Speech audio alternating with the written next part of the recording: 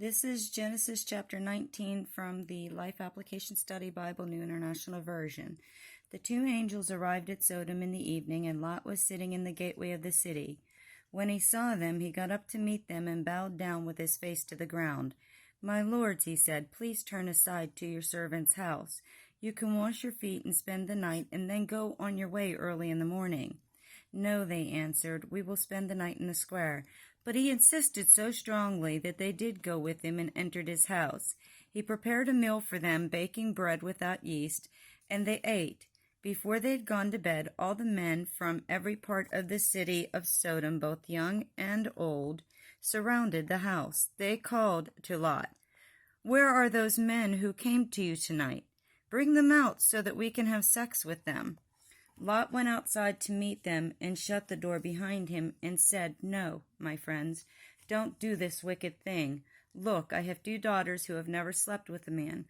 Let me bring them out to you, and you can do what you like with them.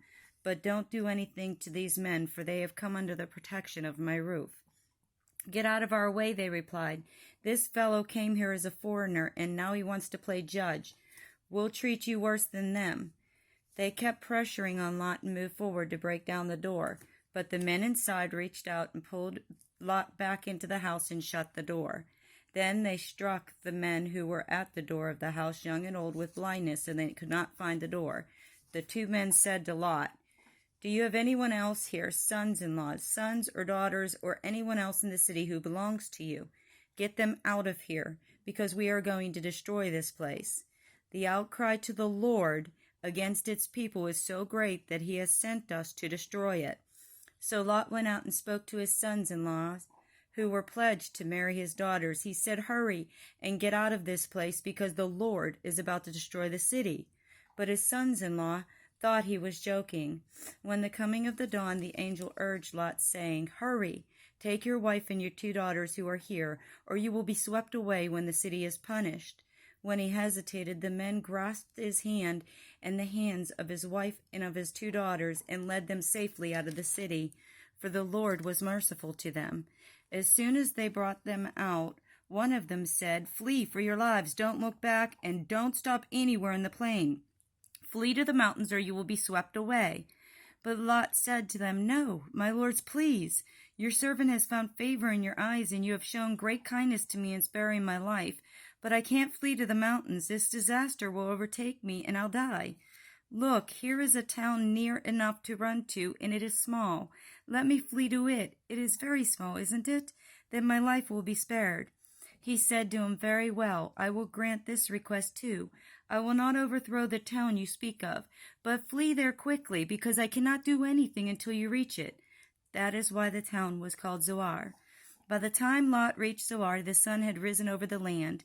Then the Lord rained down burning sulfur on Sodom and Gomorrah from the Lord out of the heavens.